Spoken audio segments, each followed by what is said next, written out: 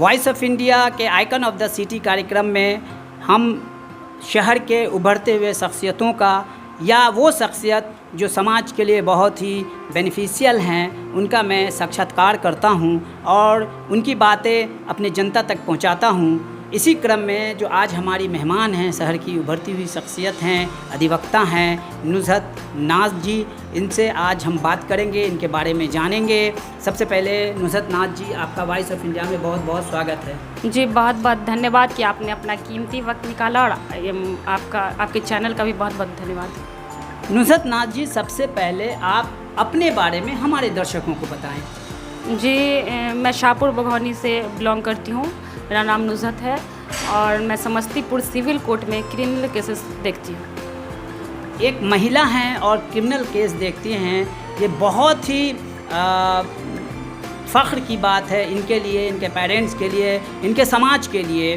तो नुज़हत नाज़ जी, आप इस मकाम तक पहुँची, यकीनन आप एक महिला हैं, तो यहाँ तक पहुँचने में आपको किन दिक्कतों का सामना करना पड़ा, किन चीज़ों को आप लांघ कर यहाँ तक पहुँची हैं, किन बार्स को आपने छलांगा है, हमारे दर्शकों को बताएं। जी जब मैंने लॉ में एडमिशन लिया तो लोगों का काफ़ी कमेंट्स था, क्योंकि जिस समुदाय से मैं आती हूँ वो एक मुस्लिम बहुल क्षेत्र है।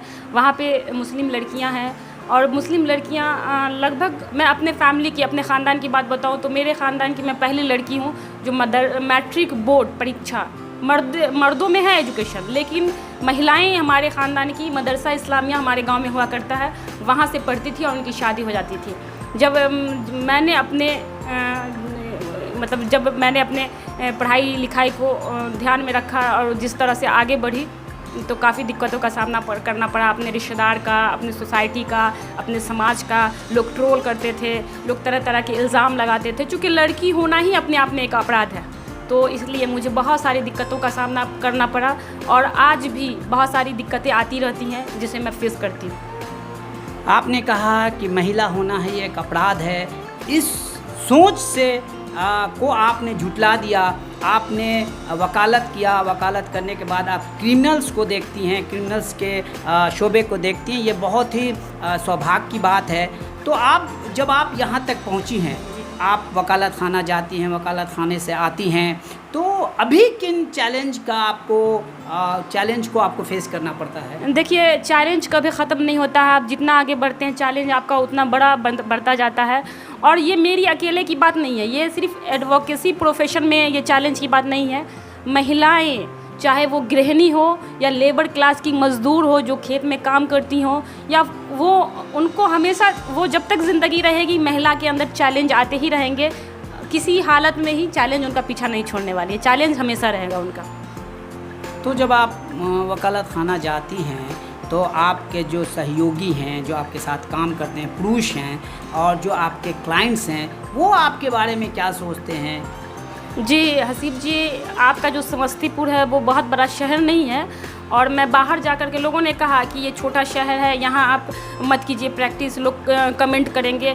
तो मैं चाहती तो दिल्ली, पटना, कहीं भी जाती, चूँकि मैं पटना में जाके अभी प्रिपरेशन भी जुडिशरी का 2 साल तक वहाँ पे की हूँ, लेकिन मैंने इस बात को झुठलाने के लिए, गलत साबित करने के लिए मैंने यहाँ चुना, अपने शहर को चुना। और अपने शहर में समस्तीपुर में जब मैं प्रैक्टिस के लिए जाती हूँ तो वहाँ पे तरह तरह के लोग हैं, हर तरह का माइंड है उनमें कुछ अच्छे भी हैं जो सपोर्ट करते हैं और कुछ कंजस्टेड माइंड के भी है जो कमेंट करते हैं कि इस प्रोफेशन को छोड़ दे, जिनको बर्दाश्त नहीं होता है कि महिला आगे जाए। लेकिन हम उस बातों को इग्नोर करके, चूँकि अब मैं वर्क पे फोकस करती हूँ और जब मैं वर्क पे फोकस करती हूँ तो इधर उधर मैं ध्यान नहीं देती हूँ, मैं इग्नोर करती हूँ। तो इसीलिए मुझे कभी दिखा नहीं कि लोग मेरे बारे में क्या सोचते हैं, मुझे हमेशा पॉजिटिविटी ही देखी कि लोग मुझे सपोर्ट करते हैं।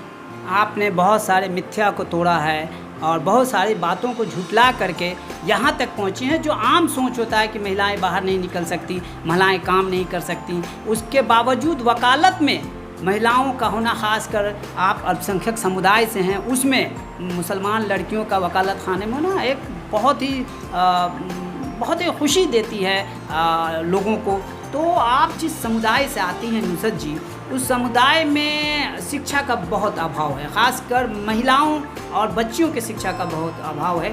तो आप उन पेरेंट्स को, उन बच्चियों को क्या संदेश देना चाहती हैं कि वो घर से बाहर निकलें और वकालत जैसे पेशे को अपनाएं? जी, मैं पेरेंट्स से कहना चाहूँगी कि आप अपने बच्चियों पर भरोसा करें, आप अपने बेटे और बेटियों में फ़र्क करना बंद करें। आप सोचिए ज़रा, जैसे बेटे पे आप खर्च करते हैं एजुकेशन में, उसी तरह बेटियों पर भी खर्च करें।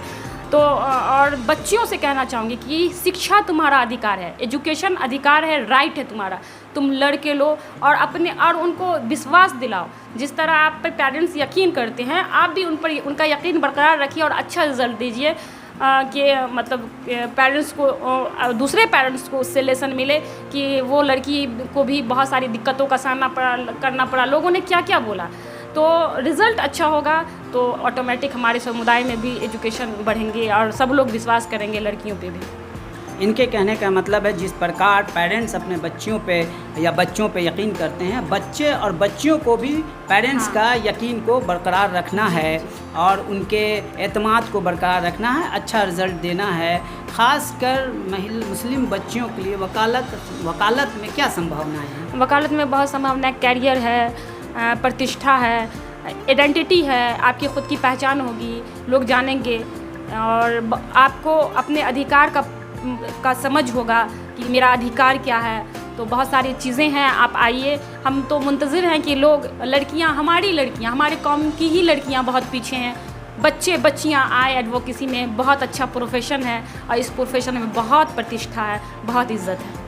क्या कहना चाहेंगे बच्चियों को? बच्चियों को मैं ये 2 लाइन के ज़रिए ये कहना चाहूँगी कि बेखौफ हो के अपनी आवाज़ उठाया करो, बेखौफ हो के अपनी आवाज़ उठाया करो। औरत है ये सोच के डर मत जाया करो। औरत है ये सोच के डर मत जाया करो। बड़ी बात इन्होंने कही, वॉइस ऑफ इंडिया के माध्यम से एक बड़ी बात इन्होंने रखी और एक संदेश दिया कि अधिक से अधिक बच्चियां बाहर निकलें और जो भी प्रोफेशन है, डॉक्टर हो, इंजीनियर हो, वकालत खाना, कोई भी प्रोफेशन छोटा नहीं होता है। इन्होंने दावत भी दिया कि आप जुडिशरी में आइए, आप वकालत में आइए और वॉइस ऑफ इंडिया से इतने बेबाकी से राय रखने के लिए आपका बहुत बहुत शुक्रिया। जी, आपके चैनल से मैं दर्शकों को ये कहना चाहूँगी कि वॉइस ऑफ इंडिया ये एक बहुत अच्छा चैनल है, आप इन्हें सब्सक्राइब ज़रूर करें। अरे, इन्होंने बातों बातों में हमारे चैनल्स का भी प्रमोशन कर दिया, आपका बहुत बहुत शुक्रिया। फिर किसी मुद्दे पर आपसे बात करेंगे, जो सोशल इश्यूज़ है उस पर आपसे बात करेंगे। आशा करते हैं आप अपने जीवन में और तरक्की पाएँ। वॉइस ऑफ इंडिया से बात करने के लिए बहुत बहुत धन्यवाद। जी, आपका भी बहुत बहुत शुक्रिया।